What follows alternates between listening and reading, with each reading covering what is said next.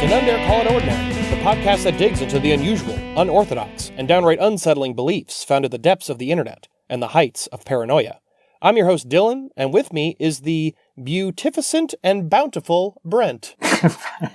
Speaking of bountiful, happy Cinco de Mayo, everyone. Oh, yes, it is Cinco de Mayo. Is. Just realized that not too long ago.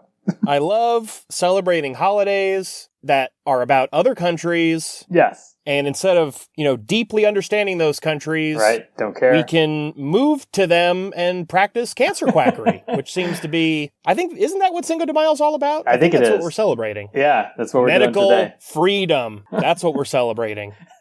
So yeah, what are we talking about exactly today, huh? Well, as you might have guessed, we're still talking about cancer quacks and cranks, and today we're focusing on the legal side of things. We're focusing on these morons and delinquents and cranks and con artists and scumbags either going to jail or getting sued. Yes. And believe me, it is beautiful. So, Brent, do you want to start? I think you're up first. Yeah, here we go. So, the Hoxsey treatment. So I'm going to get this right out of the way off the bat. Hoxsey is spelled Hoxsey. I mean, when I first pronounced it, I was reading it Hoaxy. Hoaxy, get it? That should be the proper name. Yeah, anyway. So I'm going to keep it accurate, though. So I'm going to say Hoxsey, right? Hoxsey. Hoxsey. Yeah, that's how I pronounce it. Hawk, like you're going to hawk something. Yeah. Which hopefully these morons are going to have to do after they get sued by their victims. They're going to have to hawk all their goods. And it reminds me of Banksy. It rhymes with Banksy. So these folks, like Hoxsey is the Banksy of being a real dickhead. Like that's what I think. That's what he is. That's all he is. Yeah. So let's get into it. The Hoxsey treatment was invented in 1840 by John Hoxsey. It's an herbal formula made from a mixture of flowering wild plants and grasses that grew in a pasture where John Hoxsey's horses grazed. These horses, it's nice. These horses apparently had cancerous tumors on their legs that eventually went away, and John Hoxsey assumed that these wild plants and grasses were the cause of the disappearing tumors, which is exactly how things work. That's why your mom always gives you Campbell's chicken noodle soup. If you eat it, it'll literally cure your sickness. It's not the antibiotics that the elitist doctor prescribed you. It's not how that works. If you eat McDonald's, then die later that night because of a brain aneurysm, you can comfortably conclude that the cheeseburger did actually kill you. It's just take 101. It's 101. Yeah, definitely. I want to issue a slight correction. I think you meant the antibiotics your elitist doctor overprescribed you. Oh, that's right. Oh, boy. Yep. Let me just edit this now. Yeah, we're making super bugs literally everywhere. One day they're going to melt our flesh into a goopy paste. And all because of medical elitism. # medical freedom. The tyranny. Hoxsey collected some of the plants from the pasture and added some old-timey home remedies for cancer. Yeah, you can't just do these plants. You got to add stuff. No. Yeah, you can't just, you got to add a little bit of little magic here. I'm picturing paprika, which is like a little anti-cancer spice. Maybe a little cinnamon? I don't know. No, I don't think that's right. Everyone knows coriander is the anti-cancer spice of choice. That's true. That is true. So, he mashed all that up into an herbal mix treatment for cancer. He gave this concoction to some other horses afflicted with cancer near his farm in southern Illinois. And I was reading this and I was like, you know what? I lived in southern Illinois for a spell. That's right, you did. Yeah, don't ask me why. I was thinking for a second, I was like, I literally don't know why I live there. I don't know why I live there. And then I remembered, yeah, I was there with some friends just to party a lot, I guess, because it was like a party school, SIU. And we just partied a lot, hung out. But anyway, apparently a lot of horses with cancer were there, so I wasn't aware of that. So this entire account is recorded in Hoxsey's own autobiography called You Don't Have to Die. Good title. The subtitle was Just Give Me Your Money, but the publisher advised against it. Yeah, good call. That's not gonna sell units. So just kidding, that's not really a title. Actually, they did have an actual subtitle, and it was called The Amazing Story of the Hoxsey Cancer Treatment. Also, full disclosure, I don't want us to get into any legal trouble. Definitely have to die. That's the transhumanist revolution hasn't happened yet. You gotta. It's just part of the package. I'm sorry.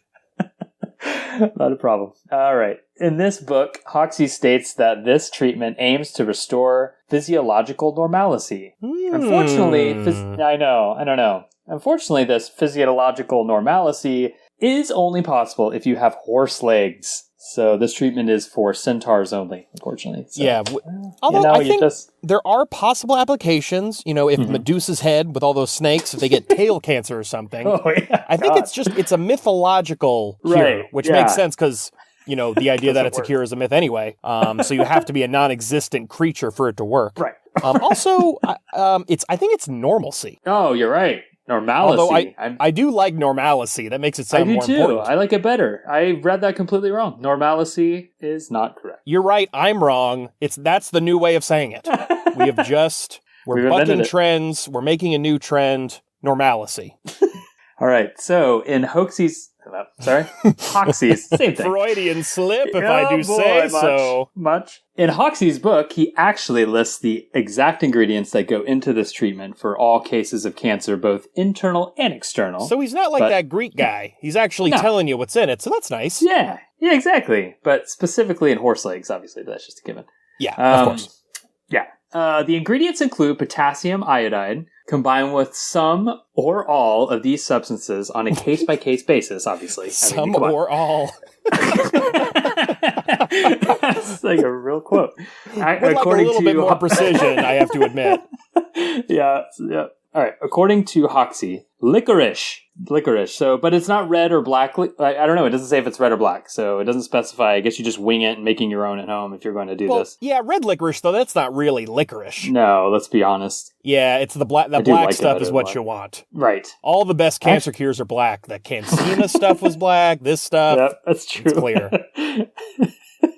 Red clover. Hey, this must be from that song Crimson and Clover was about. That's what it was about. The Hoxie cure. And then a bunch of random roots. Crimson Let's go into the roots. and Clover. Wah, wah, wah, wah, wah, wah.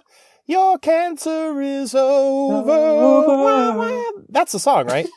Yeah, it is. I don't know if those cats are in it, but there's cats. There's some there's like wow wow. There are people in the background being like wow wow wow. Oh, okay. You're insulting my singing voice. No. I thought you were bringing up a genuine concern about my cat in the background, terrifying me here. I actually haven't heard your cat. Oh, you will. So far. You will. I will by the end of this.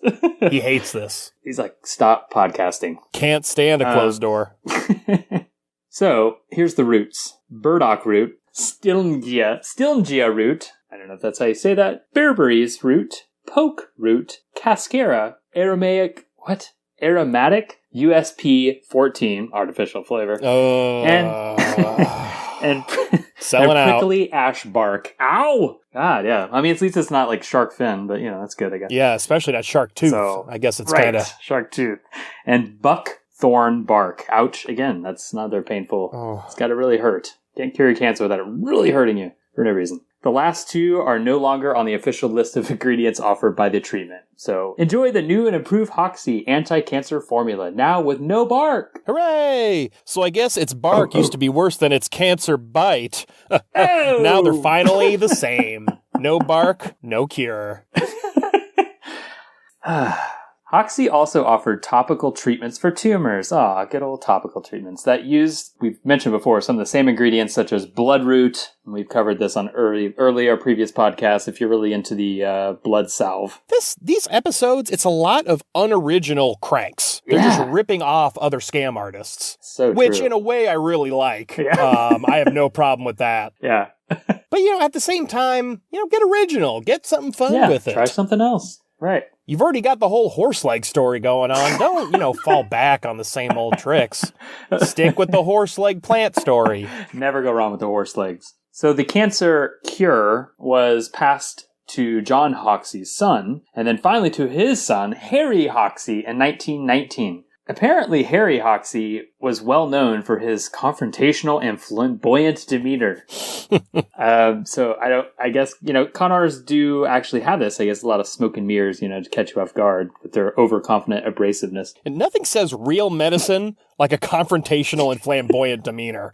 That's what I'm sitting when I'm laying in that hospital bed, right, sick to my stomach and just terrified about what my future holds. I want a guy coming in with some real pizzazz. Yeah, just some real pizzazz up in your face. Yeah, get up in your face. Like, what are you doing? Just that's there. What I want. Yep. This guy knows treatment and medicine. Yeah. Harry's father implored him to use this herbal miracle mixture to treat people with cancer. In his own words, in quotes, if need be, in defiance of the high priest of medicine. Yeah. Jesus, yeah. I know. I hate when I'm at the hospital and I always have to take communion and do confessional. It's like really annoying. And here's the body of Christ to treat your pneumonia. Here you go. There was actually in Henry Ford Hospital, they have a chapel for all faiths. It's like a universal faith chapel kind of thing for people to use. And I assume that's where these doctor priests, they pray to Hippocrates and Monsanto and Bayer and all the rest of Big Pharma who are paying their bills. That's their new gods. Yeah, so true. Harry's father was a veterinarian surgeon and was the first to administer his herbal remedy to people with cancer. So Harry Hoxsey was the one who made this treatment famous. Yeah, so John was the original, and then Harry was the kind of the front man. Yeah. He was the one who really, pushed it. Yep. It's never a good sign when it's the veterinarian that has the breakthrough in human medicine. I could just imagine... the inpatient forms you have to fill out. So like, no, I don't have a tail. Like, why is this asking me if I have 4 legs? That's pretty presumptuous. It is, yep.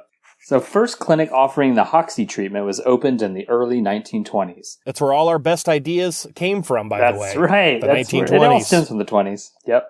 The 1950s, the Hoxsey outpatient clinic in Dallas, Texas was one of the most famous and largest privately owned cancer centers in the world. It wasn't just in Dallas. There was a Hoxsey clinics in 17 other states. In its prime, Hoxsey reported to have 10,000 patients under this treatment. His gross annual income around this time was $1.5 million.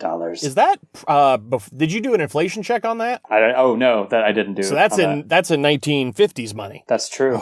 That's too much. That's too much money. I'm just going to say that. Yeah, that's, and teachers make nothing, so let's just keep that in mind. Yeah, well, they're also not curing cancer, so, That's true.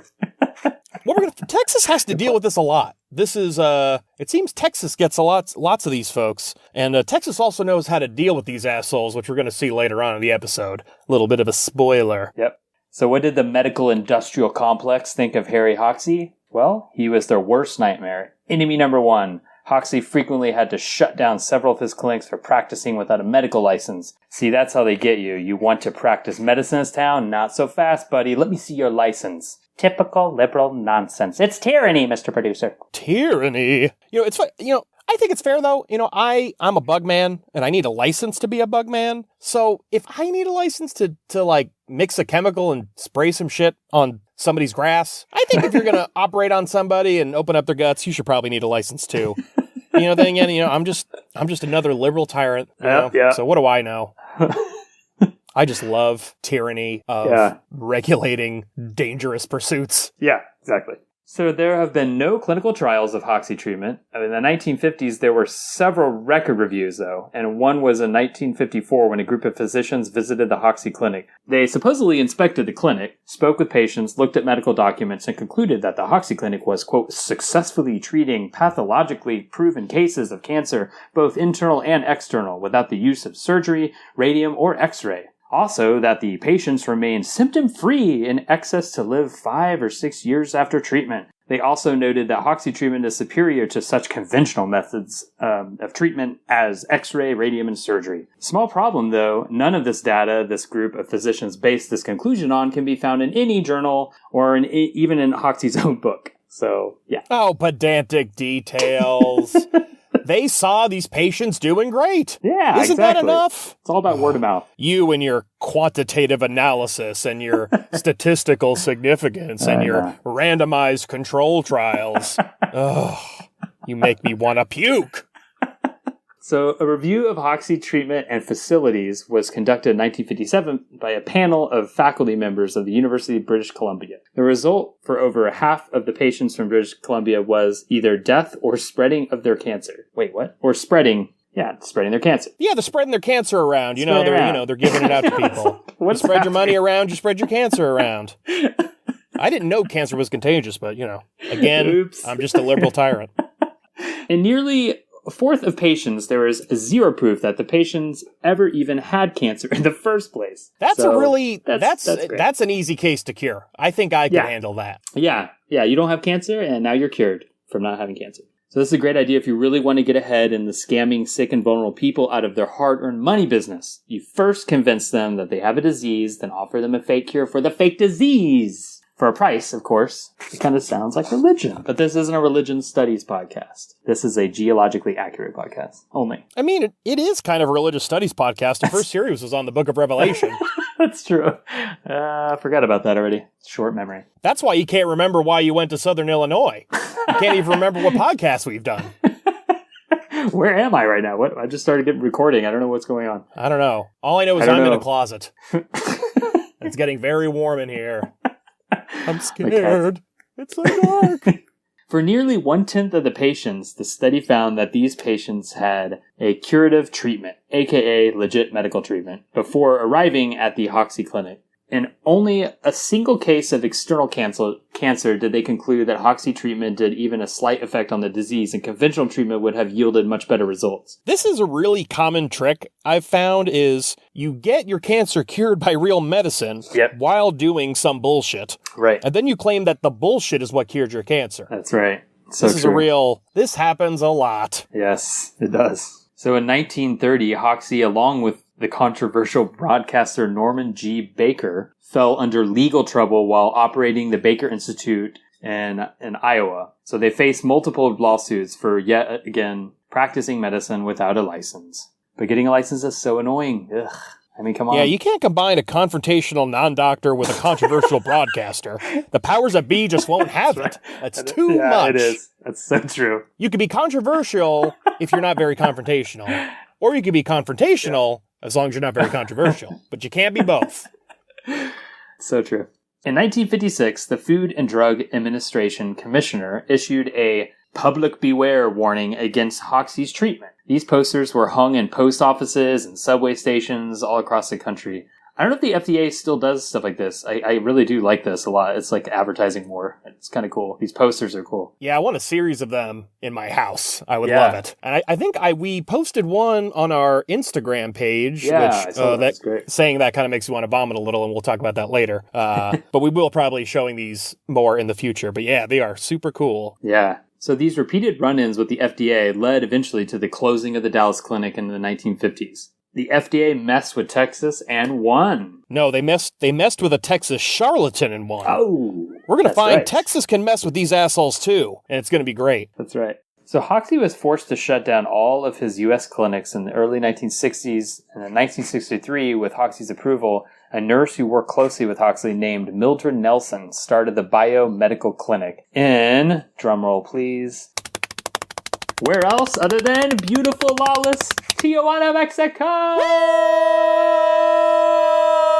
Happy Cinco de Mayo. Oh God, it's not lawless. You're right. All right, we can't say that. It's these assholes. They're just scum. Yep. And this poor city. I know.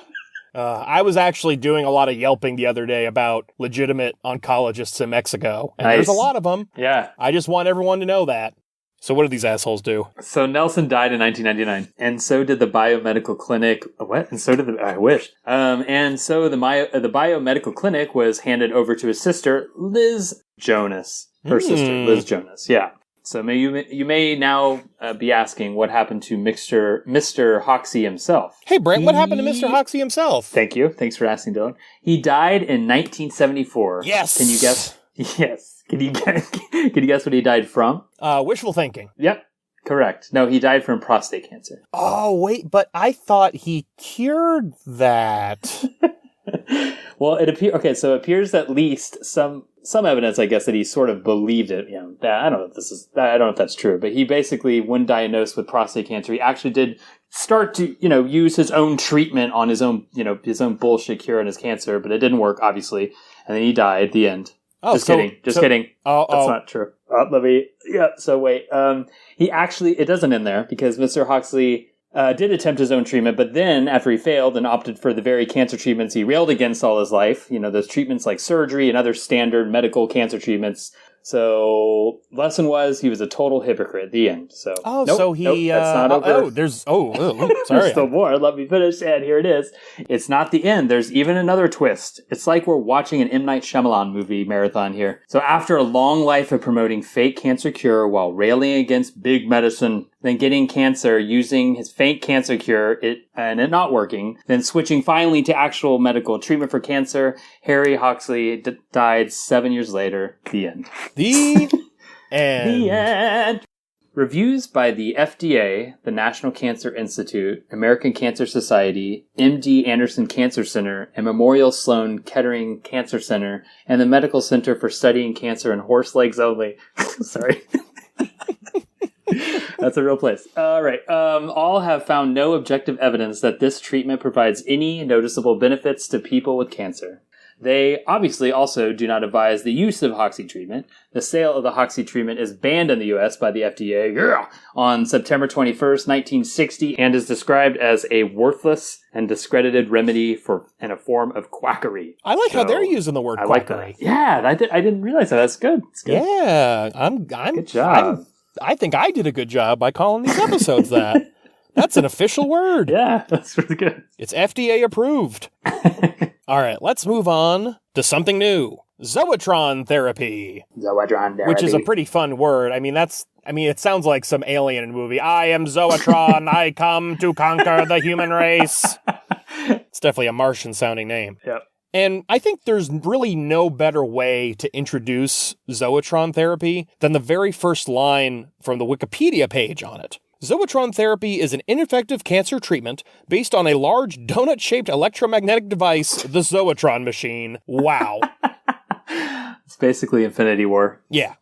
And then the donut, it's got the 5 gems inside of it, and once they align, Thanos will be able to take over the world. I think that's the plot of Infinity War. It makes about as much sense. You actually just spoiled the whole movie. I'm sure. Oh, no. I haven't even seen it. No, just kidding. I'm kidding. Here's a fun question. Is it possible to spoil a movie if you haven't seen it and you just guess? Is that spoiling it? I don't know. That's a good question. There's got to be another word for it. But I don't think it's spoiling. It's not spoiling. If you have an answer to this, listeners, please send us an email at nonedarecallitordinary.com. Is spoiling possible if you've never seen it? Ooh, that's fun. So, Zoetron therapy was originally called cell-specific cancer therapy, which I prefer my cancer therapy to be cancer general, the cell general. Just kill some such cells or whatever, Just, let's be laid back about this kind of thing. For some reason, this made me picture what it would be like to have a certain someone, while campaigning to be president. That guy was a doctor. He'd be examining patients and writing his report, and it would just say, she had blood coming out of her, whatever. Just very vague. Yeah. So I like doctors that are just vague. Who would talk that way? I don't know. Who knows? The name shall not be mentioned. Yes. So it was called the clinic. So I couldn't find a name for this place. It was, from all the sources I've read, it was referred to as I looked too. I was like, what is happening? Yeah. So I'm just going to call it the CSCT clinic, which stands for Cell Specific Cancer Therapy Clinic. I guess they were too busy curing cancer to deal with branding.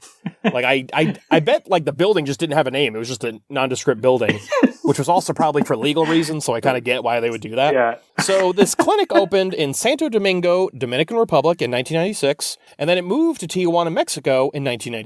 Of course it did. Yeah, it's continuing a grand tradition of frauds and hucksters, ruining the reputation of our Latin American neighbors. Mexico.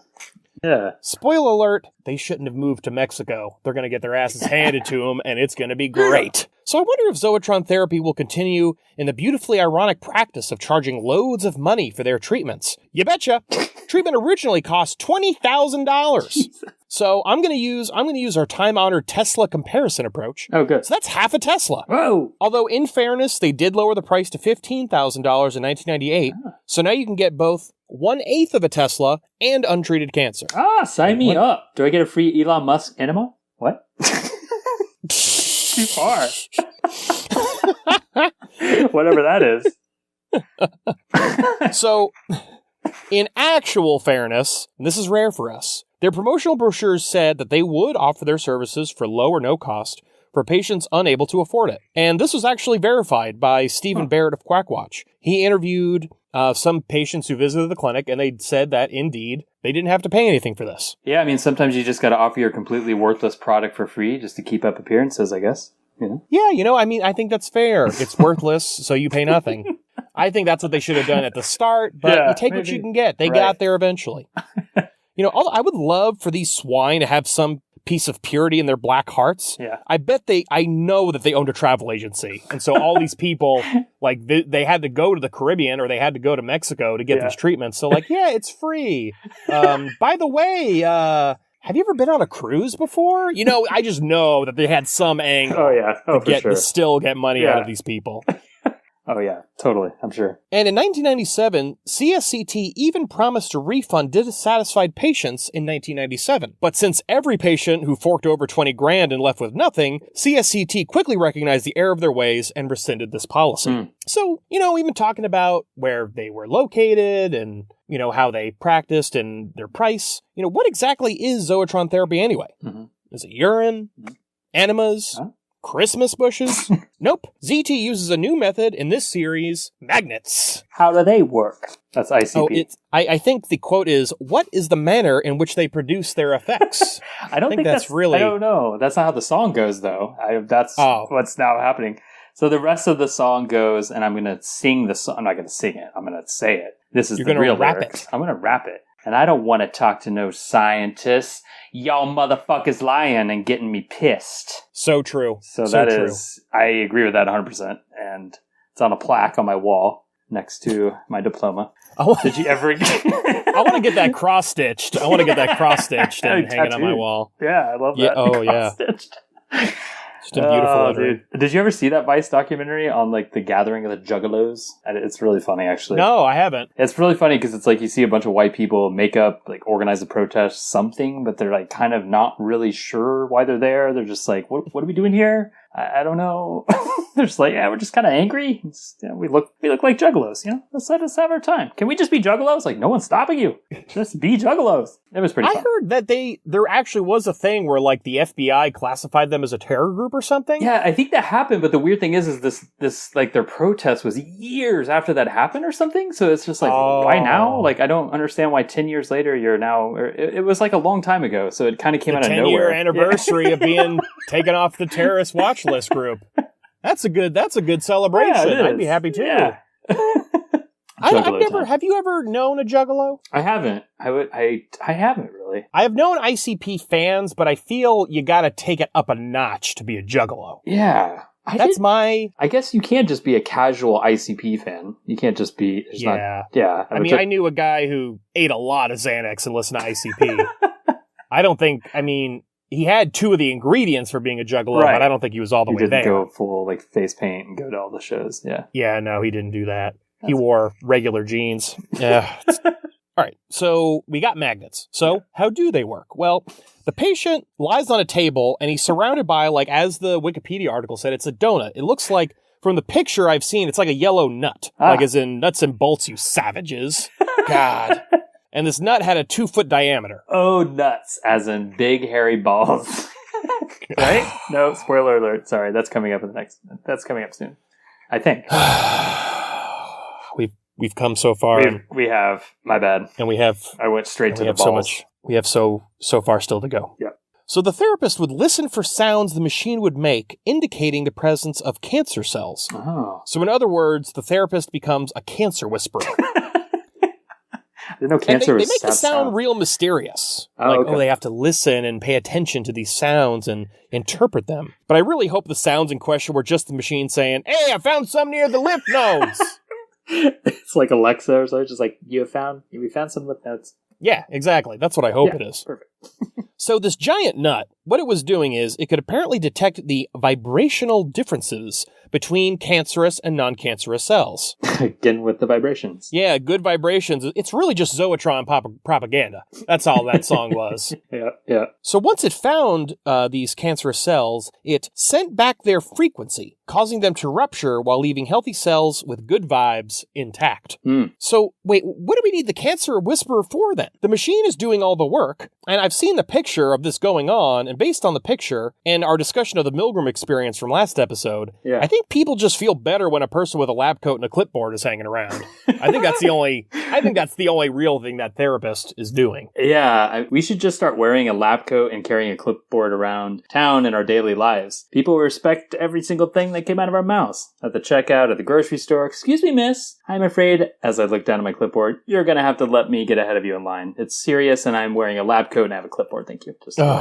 Just man. Use it. You Embrace can cut everybody. Yep. So how does CSCT explain Zoetron therapy? This is what they say about it. The energy used in the Zoetron device to disrupt the life cycle of the cancerous cells and cause cell death is magnetic energy from a specially contrived array of both permanent and electromagnets. The complex magnetic field so created, and to which the patient is exposed, is an extremely active field of phased incoherence, but one which, even so, operates at a very low Gauss level. Basically, what that means is they use different kinds of magnets whose waves don't match up. Edifying. I'm really... you could have really shortened that down. I don't need your mumbo jumbo. Whereas a modern magnetic resonance imaging device, such as are now in widespread use, may have a magnetic field with a Gauss, measure of intensity, in excess of 10,000 Gauss, the Zoetron device normally operates at a maximum field intensity of less than 100 Gauss. Yeah. So, I'm not an expert in On electromagnetism, so, I don't know what Gauss, I can't, I don't have a frame of reference. So I tried looking this up. So I found the magnet blog, so of course, there's a magnet blog, by Adams Magnetic Products. And this is their comparison. They say, the pizza-shaped refrigerator magnet you got from your local pizzeria is 10 Gauss. So instead of dropping 20 grand on Zoetron therapy, you take that trip to the Caribbean, and on your way back, pick up a few gift shop magnets on your way back. It would be just as effective. Yeah. That's all you need, just 10 of them. Yes. But remember that you want to get that phased incoherence that's so important. So you don't get lazy and just get the same magnet. You get different magnets, so you get some that are thicker than other ones. And then you place them all over your body, your cancer's gone. And you got a wonderful trip to the Caribbean. Just watch out for the blue scorpions, but whatever. Yeah. You gotta watch out for those. I could just picture the guy's blank stare at the island gift shop as you ask for these magnets. Do these magnets have phased incoherence or not? Let me speak to your manager. Be like, sir, see, if the Zoetron people were doing their due diligence, they would have guys at the gift shop to get them asking these questions. That's right. So also the Zoetron people, they claim that cancer cells contain iron, and the Zoetron machine would cause the iron to vibrate, generating heat, which killed the cancer cell. So I guess what this implies is, so I cook a lot of stuff in a cast iron skillet, I guess I could just slap on a bunch of magnets whenever I use it to cook cornbread. I don't even need an oven. God, cornbread sounds good. I haven't had that for a while. Yeah, cornbread is good and easy. Yes, it is. So CSCT released 2 case studies to demonstrate the effectiveness of Zoetron therapy. The first, in 1996, discussed 50 Dutch patients whom it sorted into 4 categories: favorable, 23, unfavorable, 7, indefinite, 16, and other, 4. What the fuck is other? I don't know what that could possibly be. Let's see here. I'm trying to fill this out. I know I am not favorable, that's for sure, or unfavorable, really regarding the effectiveness of ZT, but I don't want to hard commit to indefinite. So, thank goodness they have an other box. I'll check that one. Oh, you're the other. I am the other. Now we need to find the 3 other others. But this case study had a few problems. It didn't provide any raw data, so there was no way to tell how these criteria were applied, how patient follow-up was done, which patients also had real treatments, and which patients were still alive. That last one does seem important. You got to know if they're alive or not. That's pretty crucial to the whole treatment thing. But there was another case study. In 2000, a case report claimed that patients with pancreatic cancer treated with Zoetron therapy since 1996 had a 196% better success rate compared to conventional approaches, which is, that's a result. That's pretty amazing. I wonder who they compared their successes with. It turns out they just flipped open a French textbook and they found some anticipated results in that textbook, and that was their comparison class. Science! Oh, God. It would be more scientific if it was German text, but you'll see why in a minute. Ooh, spoilers, foreshadowing. All right, so we know how it works or doesn't work. We know where these guys are. Now for the fun stuff, international justice. Fuck yeah. In 2003, the Federal Trade Commission obtained a restraining order against CSCT. They could no longer claim that Zoetron therapy cured cancer. They also froze their assets and shut down their website. Damn, like a boss. It's good. Yeah. Here's a snippet from their complaint that reveals their MO. The MO of CSCT. Oh, okay. During the patient's stay at the clinic, staffers claimed to assess the patient's condition by analyzing tumor size, blood chemistry, and tumor markers. As time goes by, the clinic may tell a patient that his or her tumor has reduced in size or that their tumor markers tests are decreasing. If a consumer expresses some doubt, possibly because the consumer's observation of the tumor indicates that there is no change, the clinic will assure them that the cancerous cells are in fact dead and explain that the body simply takes time to eliminate the dead cancerous cells. God. So I get a scammer like tricking folks into thinking that their unobservable tumors are getting smaller. Right. If you tell me, yeah, your pancreas tumor is, cut in half, like, okay, I can't, I don't know. I can't see my pancreas. But they're doing this with their visible tumors and they're claiming they're getting smaller. That is some next level con artistry. It Just, is. mwah. Yeah, beautiful. And, after reading this, some word of advice, you never want dead stuff inside of you. Yeah. You're alive. Get that stuff out of there. Yeah. And if these CSCT idiots won't do it, there are plenty of qualified medical professionals in Tijuana waiting to assist you. Yes, exactly. The keywords in what Dylan just said are qualified, medical, and professionals. None of those which apply to the ZT idiots. So in 2004, the FTC announced that CSCT Incorporated signed an agreement to stop marketing Zoetron therapy or any other unsubstantiated service, program, food, drug, or device.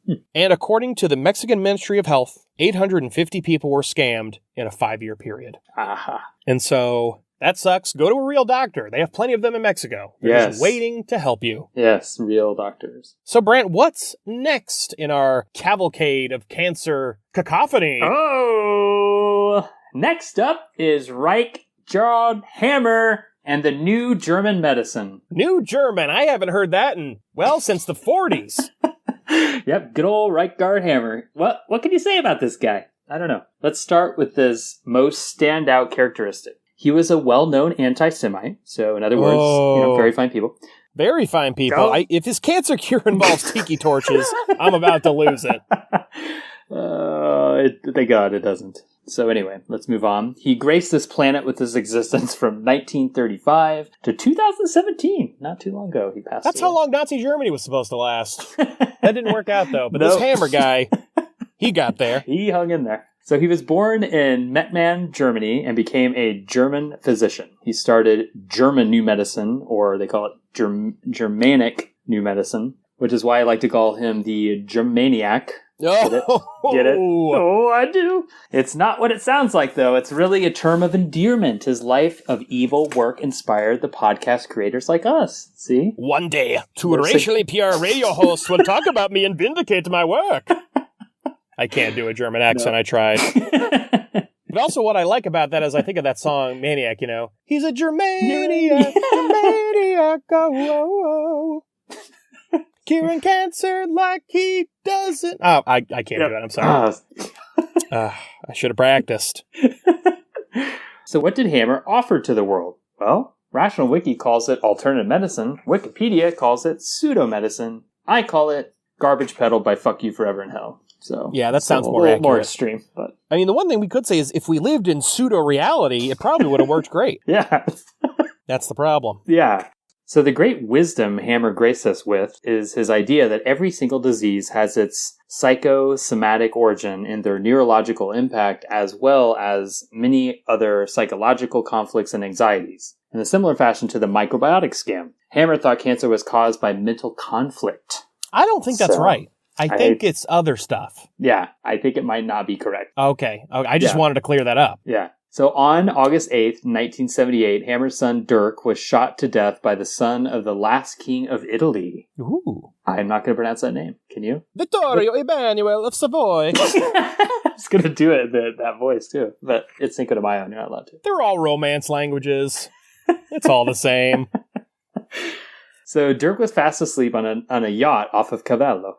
Man, this is aristocratic intrigue. I didn't expect that in the Cancer podcast. Podcast got real fancy real fast. Woo. So I would have loved to explore what the fuck all of this is about, but alas, this isn't a Son of the Last King of Italy podcast. It's a cancer podcast. Yeah, we got to keep religious. That's for a different episode. Yeah. So shortly after Dirk's death, Hammer started to construct Germanic New Medicine and gave 5 biological laws as its foundation. According to these laws, no diseases exist, but rather a special meaningful program of nature, of which fungi, viruses, and bacteria also belong. So I'll take a large sausage and cancer pizza, please. Hey, mushrooms and cancer are basically the same. I actually agree. Mushrooms are gross. Yeah, I love mushrooms. Yeah, I know. You and everybody else. I know. Whatever. We used to literally hunt for mushrooms when we were kids in the Midwest. Like, we would go and be like, there's mushrooms by that tree. Oh, like the mushroom morels. picking?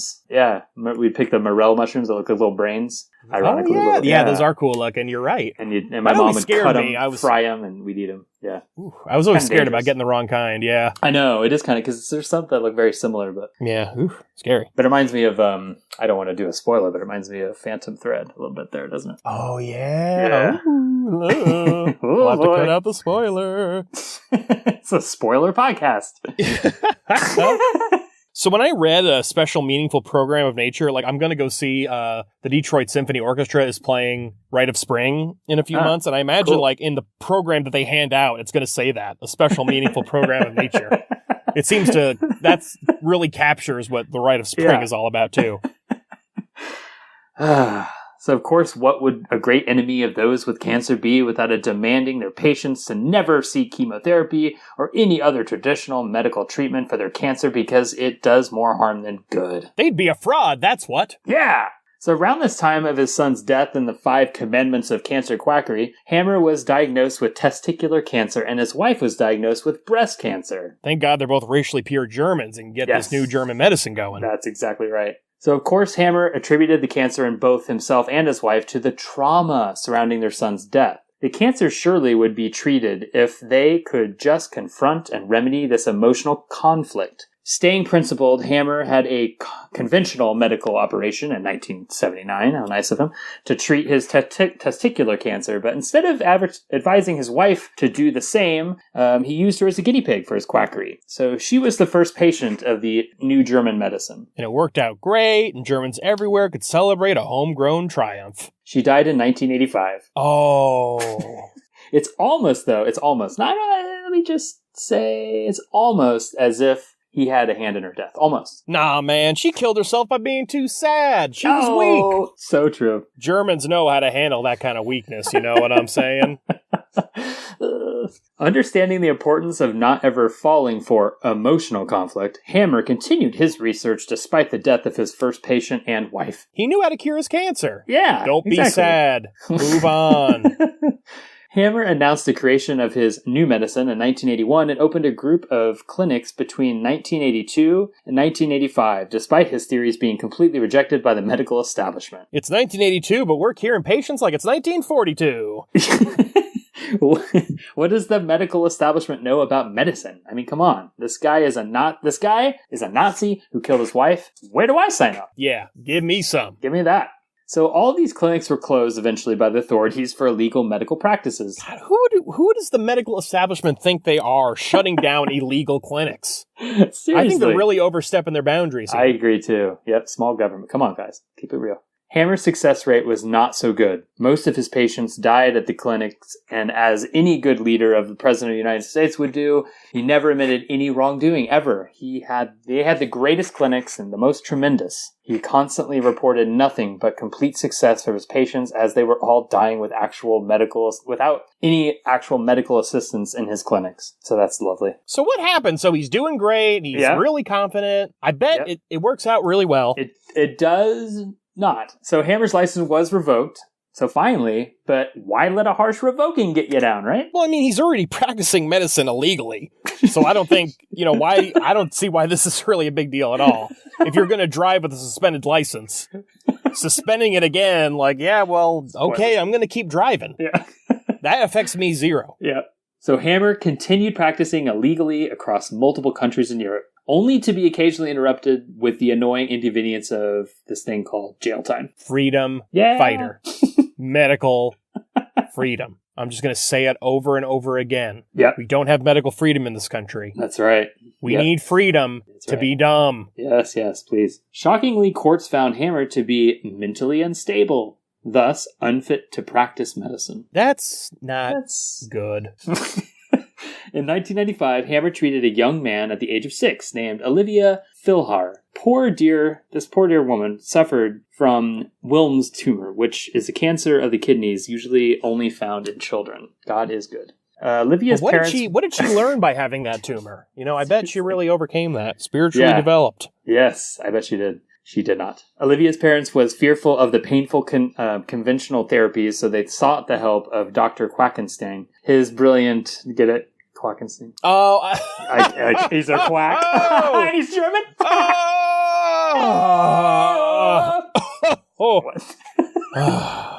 Anyway, his brilliant diagnosis was that there was no cancer, but rather conflicts. So the term conflict and cancer are interchangeable, I guess. So you could say cancers of interest, cancers in the Middle East, though Hammer would probably just assume we were talking about Israel there. So Cancers of Interest is a pretty good band name, though. Yeah, I like that. Yeah. Another band name suggestion. I should be writing these down. I'll have to go back through these. I'm not writing them down. Yep, I am. And that's what the listener's job is for. They need to be keeping track of these. Our brilliant ideas. Yes. So due to her parents refusing conventional medical treatment, the Austrian government removed her rights of care and control of her daughter. Typical big government regulation, I say. Man, making sure parents aren't killing their children. That's just horrible. It's disgusting. Freedom. Where's the freedom? So Olivia's parents took Olivia and fled to Spain, where Hammer could treat her directly. Oh. Normally when you hear about people fleeing a country to go to a different country, it's to avoid, persecution or poverty. This is a little different than that. I'd say slightly different than those normal circumstances. Oh, so horrible. So negotiations ensued from the Austrian president with Olivia's parents. They were convinced to come back to Austria. And of course, by then, Olivia's health had completely deteriorated, unfortunately. The tumor had enlarged to 4 kilograms and filled her abdominal cavity, pushing up against her lungs. And her survival rate went from 90% to 10% under Hammer's care. Or he managed to keep it at 10%. And she would have, in fact, died if it wasn't for the new Germaniac. Hammer. So the conventional... Lewis agrees, by the way. Yes. Yeah, Lewis, I know. New German medicine is good. So conventional cancer treatments such as surgery, chemotherapy, radiation therapy was ordered for Olivia by the court. So due to getting actual treatment, Olivia made a full recovery, and her parents were sentenced to 8-month suspended jail sentence. And Hammer was like, an 8-month jail sentence? Shit, that's nothing. Did Hammer get any jail time for this? I don't know. I should look into that. I didn't I notice bet that. He probably didn't. Yeah, he probably didn't. You're right. He's a slippery eel, that one. He is. So in 2007, Hammer, exhausting most of his options on where he could cheat people out of their money for his fake cancer cure, sought authorization to do medical work in Norway. Surprisingly, the Board of Medical Practitioners denied him his application with an unanimous vote. They said he was unfit to practice medicine and could likely harm patients. Typical socialist Bernie-crats. Man, can those Scandinavians do no wrong?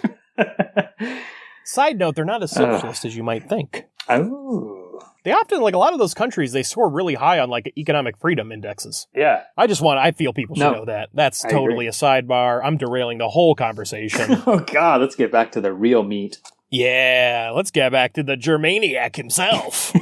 So strangely, Hammer was not happy with this decision and sued the board, demanding his medical license because, among other things, and I'll just read this directly from the Rational Wiki page, the board did not disprove his theories, so how could they suggest that his patients died off? Let me practice my cancer treatment first before you ban my cancer treatment. I like this logic. If only the board would have thought of it before, none of this would have been necessary. Probably Norwegian Jews. Yeah, they're always trying to keep a Germaniac down. I also, I also like this logic. Hammer hasn't disproved my claim that he's a slimy con artist, so I'm just going to continue believing that and wait for him to disprove it. I think that's how this works. Brilliant. Yep. So if the board would let Hammer practice, there's another one. If the board would let Hammer practice for a few years, they would be amazed at the result. Good argument. In other words, you'll love it. I swear. Can I have my license now? Wait, isn't this how you get medical licenses? What's happening? Come on. I mean, he's probably right. I'd be amazed at the amount of ceaseless death this guy could cause too. It's pretty good. They laughed at Semmelweis and Galileo, didn't they? I mean, there are some connections between Galileo and some discoveries of star systems, like Cancer constellation, I guess. Get it? But yeah, hey! I bet Semmelweis would have washed his hands of Hammer. History of science joke, get it? I do. Good one. Anyway. So Hammer stated in a court that he would not use or even recognize standard medical practices regarding He wouldn't even recognize them. I'm not even going to recognize I have no idea what they are if you showed them to me. So he wouldn't recognize standard medical practices regarding cancer in his patients, but only use new German medicine. So the court said, fuck that, and said, they didn't actually say fuck that, but I'm saying they said fuck that, and said replacing all known medical science with this quackery would be stupid and deadly to cancer patients. The court also reminded Hammer that a doctor's role is not to treat his patients as guinea pigs, testing out his treatments on them. Finally, like somebody saying, we don't need to bend over backwards to let this moron practice medicine. I love it. Norway has plenty of doctors. Yes. I think that should be, if you're in any way a dullard, you don't get to be a doctor. We've got plenty. Even after this court decision, this didn't deter Hammer one bit. Kept on cheating. Not. Yep. Kept on keeping on with this quackery. You know, once you go, you just can't keep an Aryan down. Not for long. Once you go quack, you never go back. Ooh. Now this portion is for all of our alt-right listeners out there. All two of you. All of zero of you. You may recall I mentioned earlier, Hammer was a bit of an anti-Semite. He was a huge conspiracy theorist. I guess that's kind of inferred by anti-Semite. But anyway, he believed that mainstream medical establishment was part of the Jewish conspiracy to destroy all non-Jews. He explained that morphine and chemotherapy were used to mass murder Western civilization. And I bet this phrase, it's kind of like when people talk about white genocide, and what they mean is that no one will fuck them. Right. That's white genocide. So I think what he means by mass murdering Western civilization is that these treatments are keeping Jews and black people alive. I think that's what he means. That's his problem with it. Exactly. Yep. He claimed that these conventional treatments for cancer were not used in Israel, which is why no one died of cancer there, obviously. That's the real thing. I'm going to book my ticket right now to Israel. I believe it. I mean, my credit card billing out. Here we go. Let's do this. Yeah, I mean, that's bullshit. Yeah, that's a cancer quack cure. Yes. A trip to Israel. You just go there and you cross the border and hey, tumor's gone. They've got that magical Jewish force field. Right. It's probably this is what the Kabbalah water people are doing. Now it's all coming together. Yes. Yep. So he said most of the oncologists in Germany are Jewish and that no Jew is treated with chemotherapy in Germany. I mean, of course not. Yeah. What's a good conspiracy without having so many complex moving parts that you almost get lost in it? Because we're not curing them at all, get it? We're curing them with XV. So according to Hammer's, hypodermic needles were used VX, during... I'm sorry, Yeah. I just... Oh, no, that's okay. I'll start over at the courting thing, because I think I'm just going to let that... I don't remember how they killed Jews. Oh. I am making an ass of myself here. According to Hammer, hypodermic needles were used during chemotherapy treatment that implanted chips that contained chambers of poison, which could be activated by satellite by shadowy Jews to kill patients. Shadowy Jews. Meanwhile, the Jews... They're always hiding from the sun. Meanwhile, the Jews are like, hey guys, could you just stop being afraid of us? Please stop. What's happening? Yeah. But Chambers of Poison is, that's a good band. It's a good band. It's a good, yeah. Yep. That keeps happening, and it's going to keep happening. So in 2009... Oh, fuck, yes, this guy's still alive. 2009. This just keeps on going. Hammer thought the swine flu vaccination campaign was part of a conspiracy to mark people with those damn chips. Well, yeah, swine. Yeah. Who can't eat swine? Mm-hmm. Yeah, I think someone was listening a little too much to the None Dare Called Ordinary podcast, specifically the Book of Revelations episode. Oh, they're chips. It's in them. Mark of the beast. It's inside of them. So, fun little side note, Hammer also denies the existence of HIV, so that's nice. That's convenient. Yeah. That's convenient. That's a good one. It would be a good thing not to exist. Yeah, and just to cover his bases, Hammer thought that the reasons the medical establishment didn't accept his dumb theories was because of the Jewish conspiracy. So all the problems with all the things of all time, Jews, got it. Dr. Germaniac, got it. Yeah, that's good. Those shadowy Jews. Cover your bases with that. Yeah, they're very shadowy. So while the first black president was being elected in the United States in 2008, Hammer had probably a birther conspiracy person himself. Definitely a birther. I mean, come on. Presented a document signed by Chief Rabbi Ezra, which is Iwan Gotz, who confirmed that Hammer was correct and there was a conspiracy among Jewish oncologists against non-Jews to use the torture of chemotherapy on non-Jewish patients, while Jewish patients were allowed correct German New Medicine, that's what it's called, German New Medicine treatments in secret. Okay, so two things. First of all, why is a rabbi revealing all the secrets? You gotta be tight-lipped about this thing. Come on, why Rabbi. is he telling them? Like, yep, you're right, you got me. The other thing that doesn't make sense is so they know, these Jewish oncologists know that German New Medicine is right, and they're using it on the Jewish patients. So what did they do before this Hammer guy came around? So I guess they were like, fuck, thank God for this Hammer guy, because before, we only knew fake cancer treatments. We could only fuck up the non-Jews. If a Jewish patient came, we'd be like, yeah, we don't know. We don't know how this works. It's like, oh, thank God for this Hammer guy. Now we can start really getting this conspiracy going. That's exactly right. So here's the thing about that. Goltz is a known German Holocaust denier. Probably an Obama birth or two. Why not? So he's a rabbi and a Holocaust denier? Yeah. That's badass. That's like those rabbis who are like super duper anti-Israel. Have you ever seen those guys? I have heard of that, yeah. That's really crazy. Because I think they think that God is supposed to create Israel, basically. Right. And so human beings creating Israel is real fucked up. Right. So you see these rabbis in like the garb, and they've got these pins with like a nose symbol around the flag of Israel. It's really like I'm getting mixed messages here. Yeah. So he was convicted at the time and time again by German courts on account of this. So as well as defamation, fraud, falsification of documents, misuse of academic titles, chief rabbi isn't protected legally in Germany. Oh. Yeah, so, Chief rabbi. Chief rabbi. Is it bad that I imagine a Native American rabbi? He's chief rabbi. There's probably one. Because remember, I bet there's one. Is this a Mormon thing? It is. It could be. Yeah, I don't know. Did you hear about those kids in the University of Colorado who were somebody called the police on them because they were Native American metalheads and they had goofy shirts on? Is this very new? Is this a very new thing? This happened, yeah. Like I read this like a couple hours ago. Okay, I saw that headline and I was like, well, that's weird, and then just moved on to something else. Oh, I read it. So what happened? Basically, they were two Native American kids, and they were wearing like metal t-shirts. One of them was decapitated cattle, if I'm not mistaken. The other one, I can't remember. And some lady was like, they're definitely not part of the tour. Like, she's never seen... What the fuck? She's never seen kids wearing these shirts on a college campus. Like, God. How long has that lady been on a college campus? I know. I've seen all sorts of crazy shit in college. Shit, yeah. Yeah. But yeah, I mean, they weren't arrested or anything. A cop came and said, oh, you two are totally normal, and you're just here to maybe grace our university with your presence.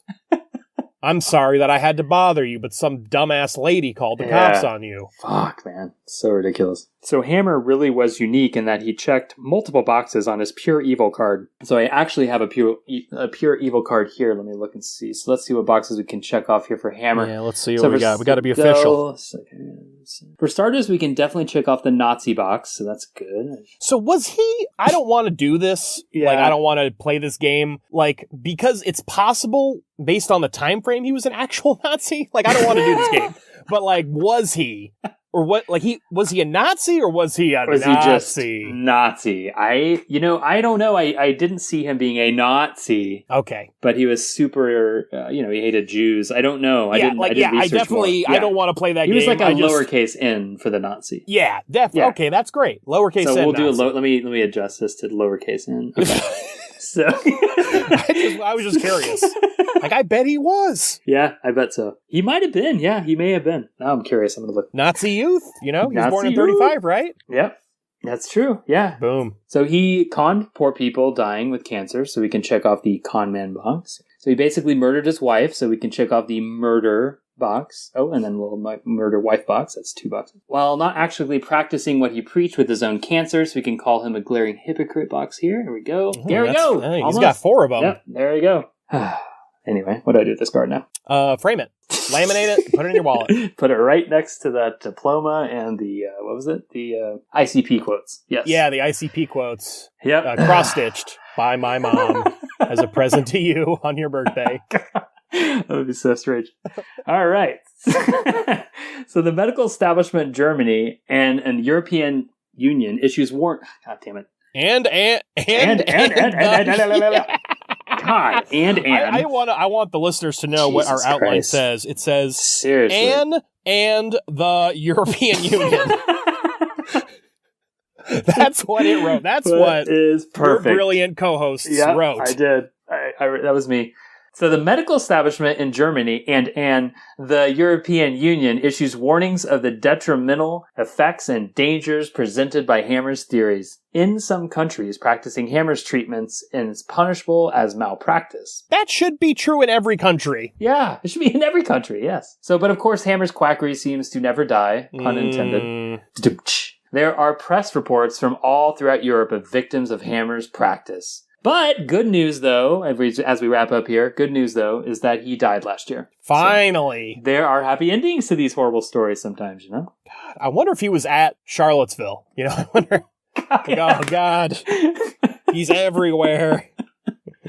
But all those kids like look real scamming sick. people at Charlottesville. Yeah, being a neo-Nazi and also scamming people. I love that. There's some weird, there's a lot of people in the alt-right dying of cancer. What is that about?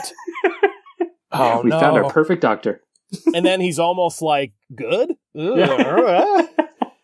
Very strange. All right. Our next and final cancer quackery legal issue edition topic is the Kelly Gonzalez metabolic therapy. Yes. William Donald Kelly, DDS, he was getting bored of just, dealing with teeth in the 1960s and decided to try his hand on simpler pastimes like curing cancer.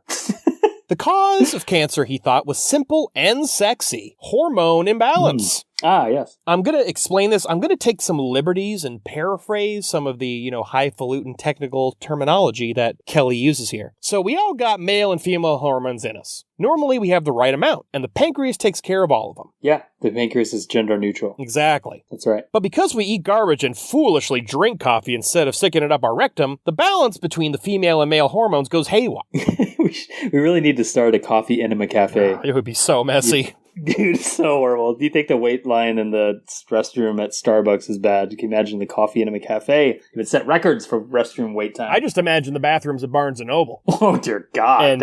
Please don't imagine that. Compare them to the bathrooms at the coffee enema cafe. Lordy be. Dear Lord. So we get this imbalance, and so we get too much of either the male or female hormones. So these hormones travel the body and reproduce where they shouldn't, like your brain or your liver. Since the pancreas doesn't know where these hormones are, it can't take care of them, thus cancer. So your brain cancer is literally just too much testosterone where your amygdala should be. I'm sorry, sir. You've been diagnosed with man brain. Man brain! Man brain! Hosted by Adam Carell. Yeah! So not only did Kelly discover the simple cause of cancer, ignored by the medical establishment because of its simplicity, he even devised the most accurate and extensive cancer detection system ever developed. And yeah, that was a quote, by the way. Wow. That's incredible. That's arrogant. Yeah. Yeah. And arrogant? Yes. Yes. So what is this? Was it an MRI, CAT scan, PET scan? Something with a motor, or made out of fancy plastic at least. Nope. It was a questionnaire. The Kelly Malignancy Index, in fact. Ah, well, do you at least have to blend up this questionnaire and drink it like you did the Zohar? Nope, you actually have to take it. Yeah. Ah, that's too bad. And who's taking it? It's the patients. The patients are filling out this questionnaire. And there are never problems with the accuracy and reliability of such questionnaires. And anyone who suggests otherwise is part of the medical establishment and should be ignored immediately. That sounds reasonable. Yes, that's why I said it. All right, so not only is the cause and detection of cancer easy, but the cure is easy too, if long-lasting, because Kelly said that only lifelong adherence to his program would keep the body clear from toxins and therefore cancer. So what do I have to do? Kelly has a 5-part program. First, there's a nutritional part. You have tablets of capsules of coenzymes, megavitamins, minerals, high-dose vitamin C, bioflavonoids, retin, a compound of organic and trace minerals, raw almonds, an amino acid lipoid compound, and a formulation of concentrated beef pancreatic enzymes. Remember the importance of the pancreas. That is very important here. It keeps the testosterone and estrogen out of your brain.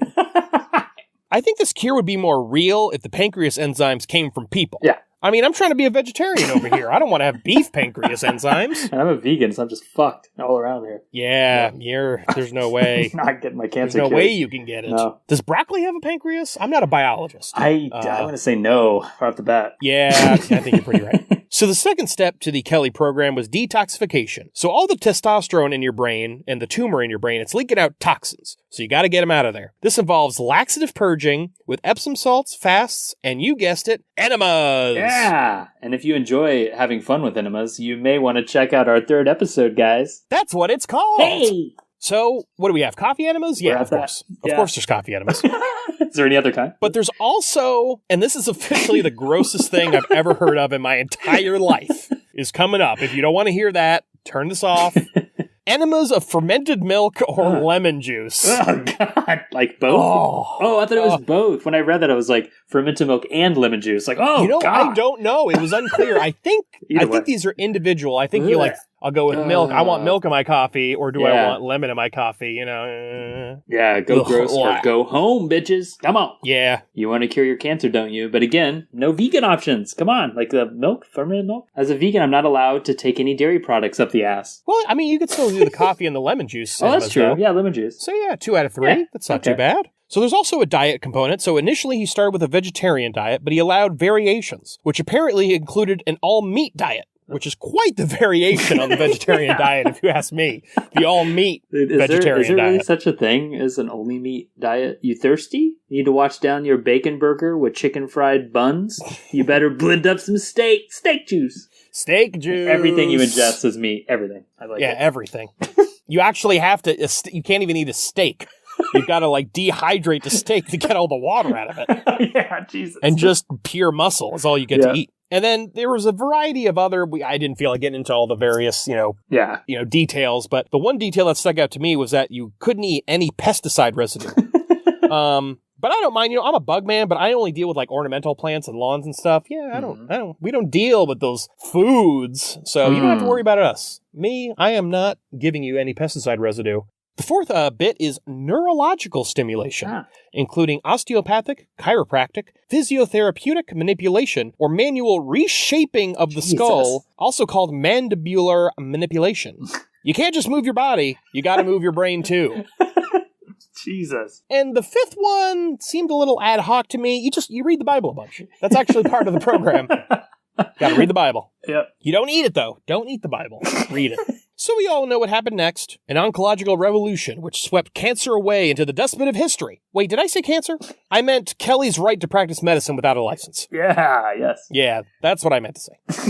So in 1970, on the basis of witness testimony, that Kelly diagnosed lung cancer with a blood sample from the finger. Texas... I told you Texas was coming back. They told him to quit practicing medicine. Good. But I think the reason they were so impressed with his index, they were so impressed with the questionnaire, they were really disturbed by this, we're using blood now to test for cancer? God, what a sellout. Should stick with that questionnaire. Kelly managed to appeal this decision for 6 years, until he finally got his dental license suspended for 5 years in 1976. Oh, good. Good. Fuck. I have this sick feeling, though, so he got his dental license taken away. I bet he was the greatest dentist ever. How all these Nobel laureates who are geniuses in physics and chemistry and whatnot, and then they start Linus Pauling saying, you got to take a bunch of vitamin C. Right. I bet he was a shit doctor, but he was a genius dentist. I feel like that's what happened here. Yeah, I bet you're right. But Kelly wasn't done. He continued promoting his quackery into the 1980s under the guise of the International Health Institute in his beloved Texas. You could take the medical license away from the Texan, but you can't take Texas away from the unlicensed doctor. That's so true. But Kelly wasn't alone. He was helped by, quote, certified metabolic technicians and a big-ass computer. So how? What do you think you're doing, William? I think it's how. Okay. What do you think you're doing, William? William, stop. Stop, will you? Stop, William. William, will you stop? Stop. That is not what how sounds like. It says exactly like how, doesn't it? No, it doesn't. You're right. William, we just can't impersonate people today. Just not stop, will you? Stop, William. Will you stop, William? Yeah. Stop, William. Stop, William. Anyway. What do you think you're doing? All right. Anyway, that movie's coming back, by the way. Are you going to go see that? I know. I can't wait to see it. It's going to be good in 70 millimeter. God, it's, good. I want to say May 18th or something like that. It's mid-May, May 20th, something like that. Yeah, that sounds right. Yeah. but that'll be really cool. So these metabolic technicians, they would administer his fancy questionnaire all across the country. Good. Now, speaking of questionnaires, we haven't really talked about what exactly was on it. And, I've taken questionnaires. Yeah. How many questions could it possibly have? Is it like a fun BuzzFeed one where it's like 5? In order to become a bug man, I had to take a test that it had about like 100 questions on it, I think. Okay. So it can't be more than that, right? Right, of course. 3,200 questions, Lordy be. So the metabolic technicians, they would give the questionnaire out to folks, they'd fill it in, and then they'd just put it in this computer, and it would crunch the questionnaires, and it would spit out a diagnosis. So I see a legal loophole here that Kelly's using, because Kelly wasn't practicing medicine, the computer was. That's how we got away with this for so long. I just had like a picture of a very dystopian future where we have AI and they are out there scamming humans, offering them quack cancer cures. Like, oh, great. We thought we stopped. It's like, well, the computer told me I got to put these lemon juice up my butt, I guess. AIs are moving to Tijuana. It's like, what is going on?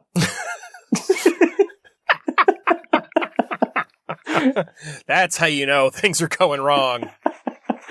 All these laptops are like opening and closing in order to move to Tijuana. So not only did this readout tell you the metabolic status of the patient, but it also suggested treatment as well, including imbibing 100 to 200 dietary supplements a day, which I think is a little much. You don't need a shade over 75. That's that's excessive. Yeah. Okay. Well, we'll start with a nice supplement appetizer, maybe some supplement poppers. Ooh. Yeah. Next, the main course. Cream-filled. Yeah. Yep. Next, the main course, a fine cut of supplement while washing it all down with a glass of the finest supplement. Yum. So, supplements. Can I get my cut of supplement medium rare? That's how I like it.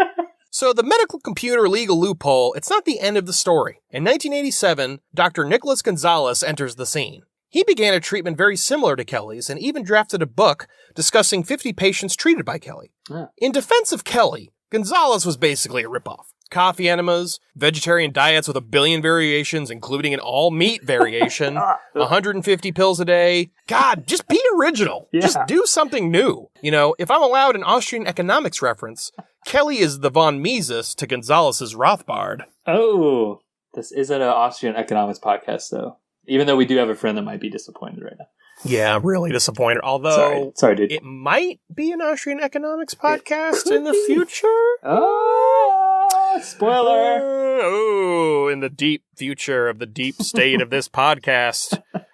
Keep that in the back of your mind. So what do we have here with Dr. Gonzalez? So while ripping off ideas of another crank is bad enough, the New York State licensing authorities also thought that Gonzalez was ripping off his patients, which is really bad. Wow. In 1994, they had a 4-point conclusion. There was 4 problems they had with Dr. Gonzalez. First, his alternative protocol didn't entitle him to an alternative standard of care, i.e. just because he believed in dumb shit didn't mean he could treat his patients dumbly.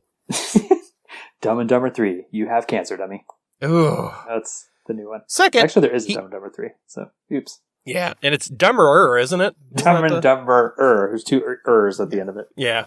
You just keep adding ers and it gets funnier. Dumberer. Yep, that's part 5. That's the movie. It's just someone saying that.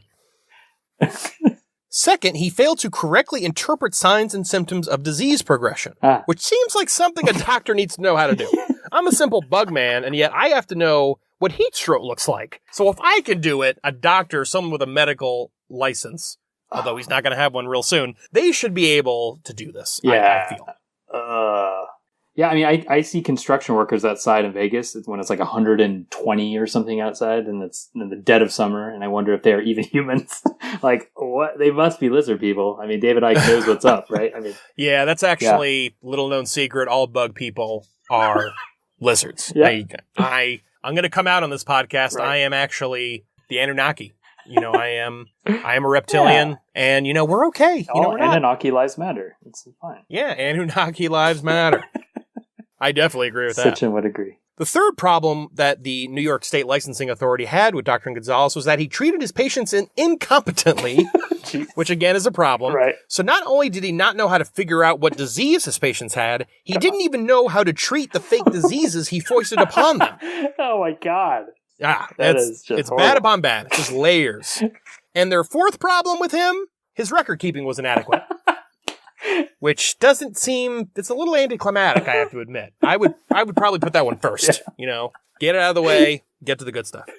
So what did New York City do with this guy? They placed him on probation for 3 years and required him to undergo retraining and have his work supervised by the Office of Professional Conduct, which just bar him from practice.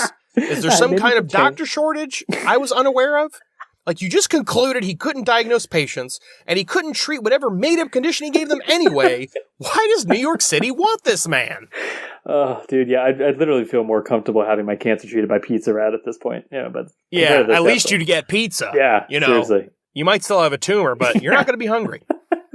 But this wasn't the only trouble that Gonzalez got in. In 1997, a jury awarded one of his patients $2.5 million in actual damages and $150,000 in punitive damages. Nice. So what's the difference here? So I had to do some illegal looking up stuff. That's research. I call it looking up stuff.